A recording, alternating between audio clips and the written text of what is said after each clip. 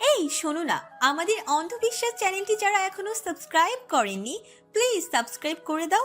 আর অল্প কিছু সাবস্ক্রাইবার হলে 1 লক্ষ পরিবার হবে। সবাই প্লিজ সাবস্ক্রাইব এবং বেশি বেশি শেয়ার করে দাও প্লিজ।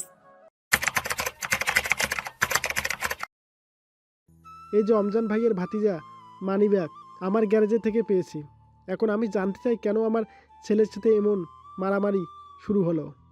পঞ্চায়েতের এক গুরুজন জানতে চাইলেন। বলো মাহি, কেন মেরেছো?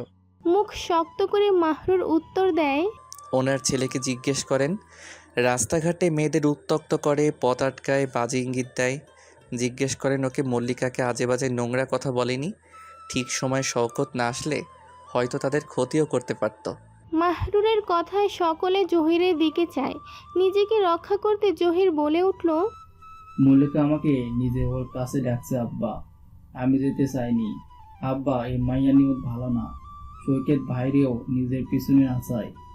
এখন ওর কারণে আমি মার খেলাম। এখন দেখছি মাই ভাইও এর জন্য উতলা। বুঝতে পারছেন আপনারা কতগুলো পুষে হাত করে রাখছে? আমার কাছেও এভাবে আইছিল। চেয়ার ছেড়ে উঠে দাঁড়ায় মাহরুর। ব্যান্ডেজ করা নড়বড়ে হাত পা দিয়ে তেড়ে গেল জহিরের দিকে। শওকত আর রমজান সাহেব এসে থামিয়ে দেয় তাকে। আঙ্গুল তুলে জেদি গলায় বলতে লাগলো। জবান টান দিয়া ছিঁড়ে ফেলবো জানোয়ারের বাচ্চা। তুই নষ্ট, তুই কুলাঙ্গার। ফেসে যাওয়ার ভয়ে নিজের দোষ মল্লিকার উপর দিচ্ছিস। মেয়েদের উপর দোষ নিয়ে নিজে বেঁচে যাবি বলে। রাব্বি মিয়া সবার মধ্যে বলে ওঠেন। দেখছেন দরদ, দেখছেন আমার ছেলে যা বলছে তা ঠিক প্রমাণিত হলো। তেজ দেখে মনে হচ্ছে নিশ্চয় এদের মধ্যে কিছু একটা চলে। এসব মেয়ে গ্রামে থাকা মানেই আমাগর পোলাপানের উপর খারাপ প্রভাব পড়ব। স্বামীহারা মাইয়া কারো গলায় ঝুলতে পারলেই বাঁচে। এদের বাইর করে দেন গ্রাম থেকে। বের করে দিবি মানে? এই গ্রামে আমার আব্বা আর মল্লিকার আব্বার পৈতৃক ভিটা। এক পাও নড়বে না কেউ এদিক থেকে। আর আমরা কোনো ভুল করি নাই। আমরা কেন গ্রাম ছাড়ব? আপনারা গুণীজন, কোনটা ঠিক কোনটা বেঠিক যাচাই করেন। আর মল্লিকার সাথে আমার কি সম্পর্ক এটা নিয়ে আপনাদের না ভাবলেও চলবে।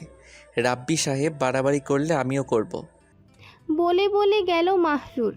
মস্তিষ্কের বিরুদ্ধে লড়াইয়ে জয়ী হয়েছে মাহরুর। ধৈর্যশীল পুরুষের মাঝে চাপা হাসি। কেউ বুঝতে দিচ্ছে না, কাউকেই বুঝতে দিচ্ছে না। ফরিদা বেগম বেঁকে বসেছিলেন। হাত পা জোর করে বুঝিয়ে সুঝিয়ে রাজি করানো হয়েছে। এলাকার মানুষের আড়াল করে কাজী সাহেব এসে হাজির। সম্পূর্ণ লুকিয়ে ছাপিয়ে চন্দ্রকে নিজের নামে লিখিয়ে নেবে। দ্বিধাদ্বন্দ্বে ভুগতে থাকা মল্লিকার সিদ্ধান্ত পরিবর্তনের আগে বিবাহ সম্পন্ন করতে হবে। শওকত আর শশী এসেছে। মিষ্টি অনেকটা অবাক, কি হচ্ছে এখানে। তাকে শুধু এটাই বলেছে মাহরুর আজ থেকে সে তার মামা নয়, বাবা বলে ডাকার আবদার করেছে ওই বাচ্চা মেয়েটির কাছে, যে কিনা বাবা শব্দের অর্থই জানে না, নিজের বাবাকে কখনোই দেখেনি, বুঝেনি। 3 কবুলে চোখের পলকে বিয়ে হয়ে গেল। মল্লিকা এখনও স্তব্ধ। সবচেয়ে বেশি সময় সেই নিয়েছে। 20 মিনিটে কাজী সাহেবকে সামনে বসিয়ে আবারও একবার ছক কষেছে। যা করছে ঠিক তো? স্বার্থপর বলে তাকে সমাজে ধিক্কার দেওয়া হবে না তো? সমাজ বলবে না তো পুরনো প্রেমে নতুন করে মত্ত হয়েছে? আবার বাবার অনুরোধে মিষ্টির কথা ভেবে বিয়ে তো করে ফেললো। এখানে আগের মতন ভালোবাসা কোনো দিন আসবে না, কখনোই না। সাধাসিধে মল্লিকা, মুখে পরনে কোথাও বধূর সাজ নেই। মাত্র যে মাহরুরের বউ হয়েছে সেই ছাপ নেই। মাহরুরের অবস্থাও ভিন্ন। হাতে পায়ে ব্যান্ডেজ পেঁচিয়ে বিয়ে করে নিয়েছে চন্দ্রকে। মনের প্রশান্তির কাছে এই শারীরিক যন্ত্রণা তুচ্ছ, অত্যন্ত তুচ্ছ। অন্য ঘরে বসে মাহরুরকে মেনে নিয়েছে চন্দ্র, এটাই কি বড় পাওয়া নয়? মাহরুর বলল, আমি রাতে চন্দ্র আর মিষ্টিকে নিয়ে ঢাকা ফিরতে চাচ্ছি। আর কটা দিন থেকে বাজান? না চাচা, আমি আমার স্ত্রী আর বাচ্চার সম্মানহানি এক মুহূর্ত এখানে সহ্য করব না। আগে সহ্য করেছি কারণ অধিকার ছিল না, সাথে ছিল পুরনো কিছু ভুল। অনেক সহ্য করেছে ওরা, আর না। মাহরুরের কথাগুলো শুনে ঠান্ডা হলো রমজান সাহেবের হৃদয়। মিশ্র অনুভূতির মধ্য দিয়ে অনেক বড় সিদ্ধান্ত নিয়েছে, কিন্তু পূর্ণ বিশ্বাস মাহরুরের প্রতি। আর যাই করুক নিরাশ করবে না। মাহরুর আবার বলল, আমাকে একটু গোছাতে দেন সব কিছু। আপনাদেরও এখানে রাখবো না। এসব নিচু মানসিকতার মানুষের মধ্যে থাকার কোনো দরকার নেই। কয়েক মাস সময় দেন আমাকে। রাত 11টার বাসে ঢাকার উদ্দেশ্যে রওনা হয়েছিল। ভোর 5টায় শহরে এসে পৌঁছায়। পুরো 6 ঘন্টা সম্পূর্ণ নিশ্চুপ চন্দ্রকে দেখছে মাহরুর। গুটিসুটি হয়ে বাসের এক কোণে জমেছিল বরফের মতন। অধিকার থাকা সত্ত্বেও মাহরুর জানতে চায়নি এই নীরবতার কারণ। আনমনে ভেবে বসেছিল হয়তো আকস্মিক বিয়েতে সে মেনে নিতে পারেনি। সব কিছু এত দ্রুততার মধ্যে ঘটে গেল যার কারণে মস্তিষ্ক প্রায় অচল। মিষ্টিকে ঠিক আগের মতোই কোলে জড়িয়ে হাঁটছে মাহরুর, অন্য হাতে ভারী ব্যাগটা। পাশেই হাঁটছে তার সহধর্মিণী, তার প্রতীক্ষার ফল চন্দ্র। অল্প স্বল্প মানুষের চলাফেরা আছে রাস্তায়। হেঁটে চলা মল্লিকার পা আকস্মিক থেমে যায়। বাগানবাড়ির দিকে নজর পড়লে শুষ্ক হয়ে দাঁড়ায়, স্তব্ধ হয়ে দাঁড়ায়। এখানে কাটিয়েছে বিগত 6টা বছর। খুব সুখ যে ছিল তা নয়, কষ্টের মাঝেও মায়ায় জড়িয়েছিল এই বাড়ির সাথে। কোমল হাতে কারো ঠান্ডা হাতের স্পর্শ পেয়ে চোখের পলক ফেলে মল্লিকা। স্বয়ং মাহরুর তার হাত আগলে নিয়েছে, বলল, ভুলে যা এই বাড়িকে। একটা কালো অতীত ভেবে ছেড়ে ফেলে দে। এখন তোর জন্য আমার চিলেকোঠার ঘর অপেক্ষা করছে। বললেই কি ভুলে থাকা যায়? এ একটা কথাই মনে বাজল মল্লিকার। মাহরুরের পাশ ঘেঁষে তার ছোট্ট ঘরে এসে কদম রেখেছে। সব এলোমেলো, একা ছেলে মানুষের ঘর বলে কথা। মিষ্টিকে মল্লিকার কাছে দিয়ে হন্তদন্ত হয়ে সবটা দু হাতে গোছগাছ করে নিচ্ছে। কোনো রকম বিছানার উপর থেকে কাপড় সরিয়ে নিতে হাত এগিয়ে দিয়ে বলল, আয় আমার ঘরে। মাহরুরের এক বুক আশা ভঙ্গ করে দিয়ে হাতটা ধরেনি মল্লিকা। মেয়েকে নিয়ে ঘরে এসে দাঁড়িয়ে আছে। মাথা ঝুঁকিয়ে হাসলো মাহরুর। তার চন্দ্রের কষ্ট, অভিমান দুদিনের নয়, অনেক সময় নিজেকেই নিজে দগ্ধ করেছে অদৃশ্য অগ্নিতে। এত সহজেই স্বস্তির বৃষ্টি নামবে? ঘুমিয়ে পড়, জার্নি করে এসেছিস, ক্লান্ত। মল্লিকা মিষ্টিকে শুইয়ে দিল। এক নজর রাখলো মাহরুরের উপর। হয়তো চোখের ভাষায় বোঝাতে চাচ্ছে সে কি করবে, ঘুমাবে নাকি জেগে থাকবে। অব্যক্ত মনের ভাষা বুঝে মাহরুর আলমারি থেকে আলাদা চাদর বের করে জমিনে পেতে শুয়ে পড়ল। বলল, এবার শান্তিতে ঘুমো। শরীর ক্লান্ত ভীষণ রকমের। বিছানায় পিঠ ঠেকতেই ঘুমের ঝোঁকে বসেছে চোখে। মিনিট 5-এর মধ্যে ঘুমিয়ে পড়ে মল্লিকা। নিচের সমতল জমিতে শুয়ে চন্দ্রের উপস্থিতি গভীরভাবে অনুভব করতে করতে চোখ লেগে আসে মাহরুরেরও। মাত্র 3 ঘন্টার ঘুম শেষে উঠে পড়তে হয়। গোসল সেরে গায়ে পোশাক জড়িয়ে নেয় মাহরুর। অফিস কামাই করেছে অনেক দিন, আজ না গেলেই নয়।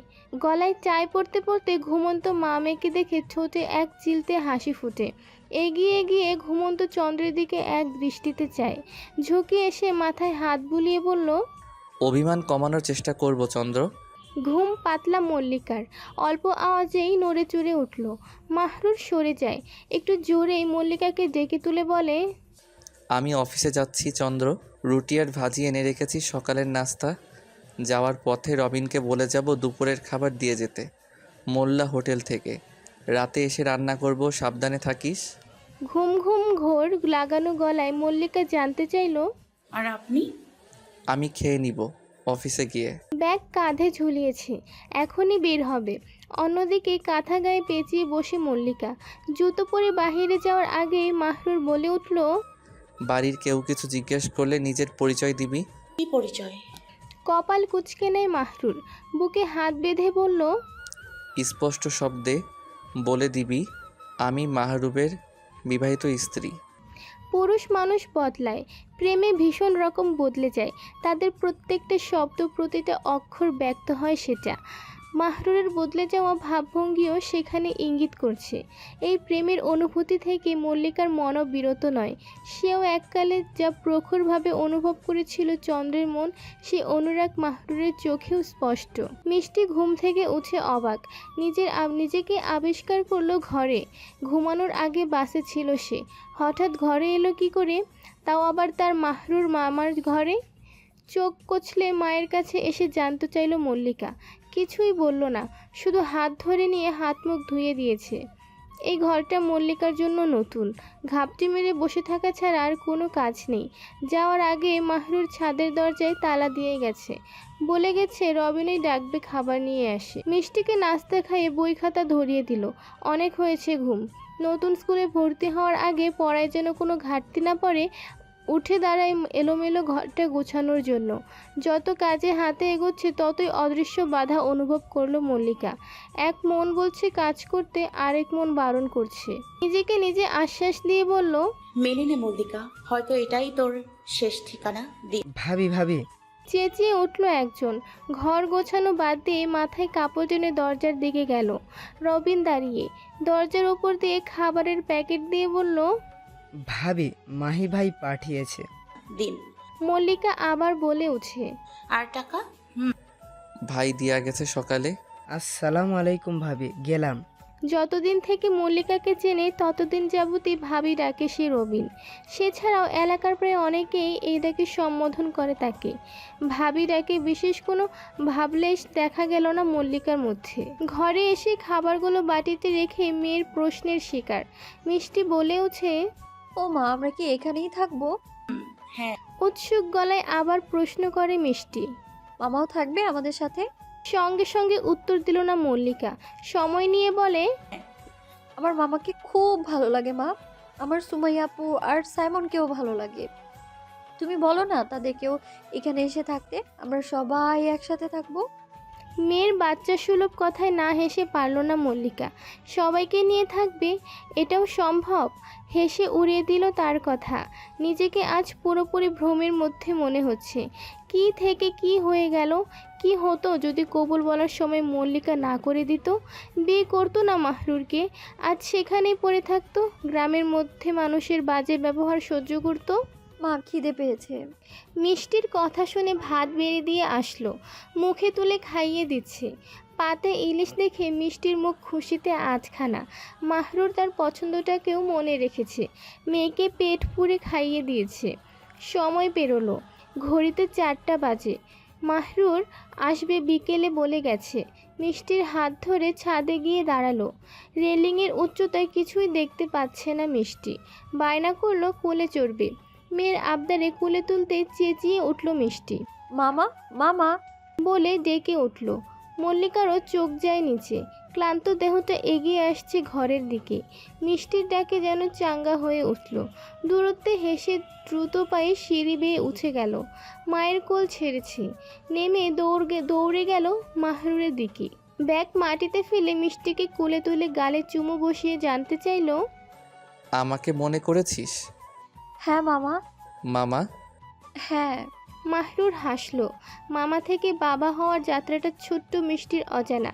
হাসি থামিয়ে মল্লিকার দিকে এগিয়ে এসে মলিন সুরে জিজ্ঞেস করলো, দুপুরে খেয়েছিস?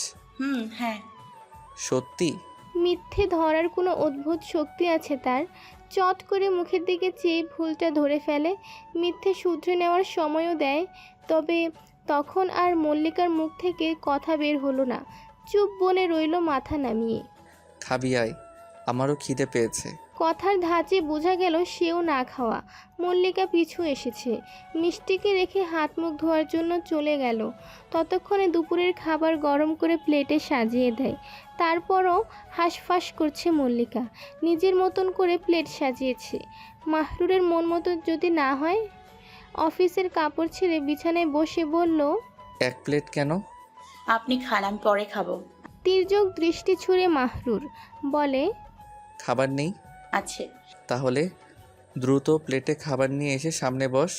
মাহরুর রাগ দেখিয়ে কথা বলে নাকি অধিকার খাটিয়ে? পুরনো সব ঘটনার প্রেক্ষিতে তো রাগ মল্লিকার দেখানোর কথা, উল্টো মাহরুর দেখাচ্ছে। তার আদেশ মান্য করেই খাবার নিয়ে বসে পড়ল তার মুখোমুখি। অস্বস্তি হচ্ছে মল্লিকার, অন্যদিকে স্বস্তিতে ভাসছে মাহরুর। কি করে অনুধাবন করবে এই সময়টাকে? দূর আকাশে হারিয়ে যাওয়া চন্দ্রকে পুনরায় ধরে নিজের ঘরে এনেছে। খাওয়া দাওয়ার পর্ব সেরেই মাহরুর বসেছে চুলোর কাছে। রাতের খাবার এখনই তৈরি করে একটু বিশ্রাম নেবে। আমি রান্না করতে জানি। চাল ধুয়ে চুলে বসানোর সাথে সাথেই কানে ভেসে এলো চন্দ্রের কণ্ঠ। পিছনে দাঁড়িয়ে বলতে মাহরুর কি?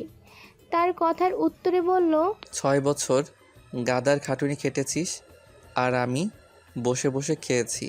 কিছুদিন আরাম কর, পরে সব তোরই সামলাতে হবে। আমার অভ্যাস হয়ে গিয়েছে। তাই নাকি? ঠিক আছে, ডিম ভাজ তাহলে। আমি কাঁচামরিচ পেঁয়াজ কেটে দিচ্ছি। আমি কাটতে পারবো। মাহরুর বারণ করলো না। সে জানে তার চন্দ্র কাজে পটু। পুরো একটা সংসার এক হাতে সামলানো মুখের কথা নয়, তাও এত বড় বাড়ি।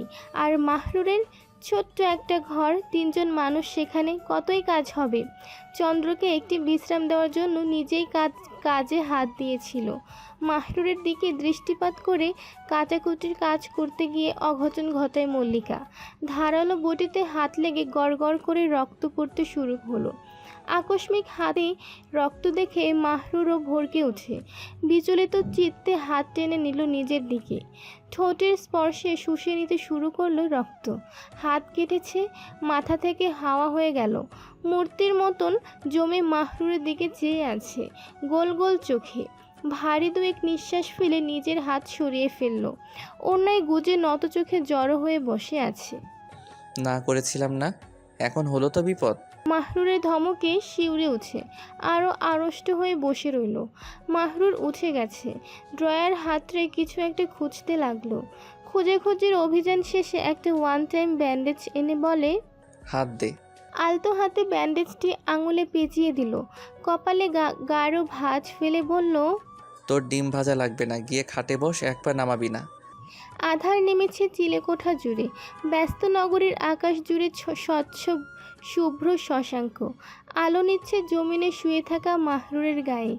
একই ঘরে উপস্থিত আছে তার মনের ঝড়, ভীত চকচক করা নেত্রযুগল। কখন তার বেহায়া হৃদ পুষে রাখা ভালোবাসা উজাড় করতে তোড়জোড় শুরু করবে। মাথার পেছনে হাত রেখে ভেবে চলেছে, ঘাড়ে অনেক দায়িত্ব।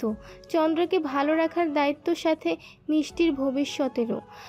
এতদিন ব্যাংকে জমানো টাকা তুলে সব প্রয়োজন মিটিয়েছে, এরপর কি হবে? মাঝরাতে হুটহাট ঘুম ভাঙে মল্লিকার, কখনো ভয়ে আবার কখনো কোনো কারণ ছাড়াই। নতুন জায়গায় অস্বস্তি হচ্ছে। শুকিয়ে যাওয়া গলায় তৃষ্ণা মেটাতে চোখ খুলে তাকায়। ডান পাশে তাকাতে বড়সড় রকমের ধাক্কা খেয়েছে। ভয়ে চিৎকার করতে চাইলে মুখ চেপে ধরে মাহরুর। চক্ষু কোটর থেকে বেরিয়ে আসবে ভাব মল্লিকার। জমিনে বসে এক দৃষ্টিতে চেয়ে থাকা মাহরুরকে হঠাৎ দেখে আতঙ্কিত হয়ে উঠেছে তার মুখখানা। মাহরুর মল্লিকার মুখ থেকে হাত সরিয়ে বলল, চিৎকার করিস না, মিষ্টি উঠে যাবে। ভরকিত গলায় মল্লিকা বলে, আপনি এভাবে চেয়ে কি করছিলেন? চন্দ্রবিলাস। বিছানা ছেড়ে উঠে দাঁড়ায় মাহরুর। অন্য হাতে মল্লিকাকেও সাথে নিয়ে হাঁটা শুরু করলো। এত রাতে অর্ধঘুম মানুষটাকে কোথায় নিয়ে যাচ্ছে? বিস্মিত মল্লিকা বোকার মতন পিছু পিছু হাঁটছে। অতিরিক্ত বিস্ময়ে বোবা হয়ে ওঠে মল্লিকা। 2 জোড়া পা এসে থামল ছাদের একদম কোণায়। কিছু সময় নীরবতা শেষে মাহরুর বলল, কি করলে তোর অভিমান ভাঙবে চন্দ্র? আমার কোনো অভিমান নেই, কতবার বলবো মাহি ভাই? মাহরুর ফিরে তাকায় মল্লিকার দিকে। 2জন মানুষ একে অপরের মুখোমুখি দাঁড়িয়ে, মধ্যেখানে তাদের দুরাকাশের চাঁদ। মাহরুর বলে ওঠে, তাহলে আমাকে পুরো নামে ডাক। এই আবদার রাখা সম্ভব নয়, কিছুতেই সম্ভব নয়। ওই ডাক ছেড়েছে অনেক আগেই, এখন হাজার চাইলেও ফিরে আসবে না। মাহরুরের জবাবে নীরবতাকে বেছে নিল। মল্লিকাকে তাক লাগিয়ে হাত ছুঁয়েছে গভীরভাবে। মাহরুরের স্পর্শের সাথে বরাবরই অপরিচিত মল্লিকা। শিরশির করে উঠে সর্বাঙ্গ। হাত জোড়া নিজের হাতের মুঠোয় নিয়ে মাহরুর বলে, প্রেম করবি আমার সাথে চন্দ্র? বৈধ প্রেম, পবিত্র প্রেম। তোর সাথে ওই সময়টুকু আবার উপভোগ করতে চাই যা আমার দোষে হাতছাড়া হয়েছিল। প্রেমের প্রস্তাব দিচ্ছে, তাও আবার নিজের স্ত্রীকে। অবাকের চূড়ান্ত সীমায় পৌঁছে উত্তরের আশায় মুখে চেয়ে আছে মাহরুর। সে নিজেও জানে এই উত্তর আসবে না তার চন্দ্রের কাছ থেকে। তারপরও যন্ত্রণা দিল, বিস্ময় আচ্ছাদিত করে দিল হৃদয়কে। মল্লিকার এক হাত নিজের বুকের বাম পাশে রেখে মাহরুর আবারও বলল, তীর্থের কাকের মতো অবস্থা আমার, হৃদয় শুকিয়ে মরুভূমি। স্বস্তি দিবি, আবার ভালোবাসবি চন্দ্র? তোর শুদ্ধ ভালোবাসা পেতে কাতরেছি বিগত 6 বছর। মিথ্যে সংসার করেছি, জোর জবরদস্তির সংসার। পরপর আকাশের দিকে মুখ তুলে নেয় মাহরুর। মল্লিকার উত্তরের কোনো অপেক্ষা নেই। বিশাল আকাশের একাকী চাঁদের দিকে চেয়ে বলতে লাগলো, ওই আকাশের একটা চাঁদ আছে, আমারও একান্ত একটা চাঁদ আছে, যাকে আমি হারিয়ে ফেলার পরে ভালোবাসতে শিখেছি। ভাগ্যের পরিবর্তনে আজ ওই চাঁদ আমার বুকে হাত রেখে হৃদয়ের গতিবেগ ওলট পালট করে দিচ্ছে। আলগোছে নিঃশ্বাস ফেলে মল্লিকা। সাহস জুগিয়ে নেয় মনে। কাঁপা কাঁপা গলায় জানতে চায়, ভালোবাসেন? বুকে মাথা পেতে দেখ, অনুভব করতে পারিস এটা ভালোবাসা নাকি ভ্রম? জ্যোৎস্না রাত, নিশীতে দুজন মানব মানবীর দেহ একে অপরের সাথে লেপটে। সময়ের দীর্ঘতা অনেক ছিল, অনেক বছর। মরুভূমির মতন রাখা খা খা করতে থাকা বক্ষস্থলের অদ্ভুত তৃপ্তি। এ কি নবপ্রেমের সূচনা, নাকি অতীতের অনুরাগের পুনরাবৃত্তি? কখনো কিশোরী মানবী মেতেছিল নতুন ভালোবাসার জোয়ারে, আবার কখনো হারিয়ে যাওয়া পুরুষ উপলব্ধি করতে শিখেছিল। লোকে বলে ভালোবাসা দুর্বল, এখানে চলে আবেগের বশবর্তিতা। একে অপরকে জ্বালিয়ে নিঃশেষ হয়। ফিরে পাওয়া কতজনের ভাগ্যে লিখিত থাকে? জীবনে তাসের দান খেলে, কখনো মাথায় তোলে, কখনো আছড়ে ফেলে। সবশেষে জয়ী হয় কে, মানুষ নাকি জীবন? শীতলতায় পরিপূর্ণ অন্তরে হাসি মুখ চেপে বুঝে আছে। ভিন্ন পাশের মানুষের অনুভূতিও ভিন্ন। মূর্তির মতন দাঁড়িয়ে অনুভব করছে টকবক করতে থাকা একটা হৃৎপিণ্ডকে। মাহরুর বলল, নিয়মিত ভালোবাসার গল্প শুনতে এবং পড়তে আমাদের অন্ধবিশ্বাস চ্যানেলটি সাবস্ক্রাইব করে পাশে থাকা বেল আইকনটি ক্লিক করুন। ধন্যবাদ সবাইকে।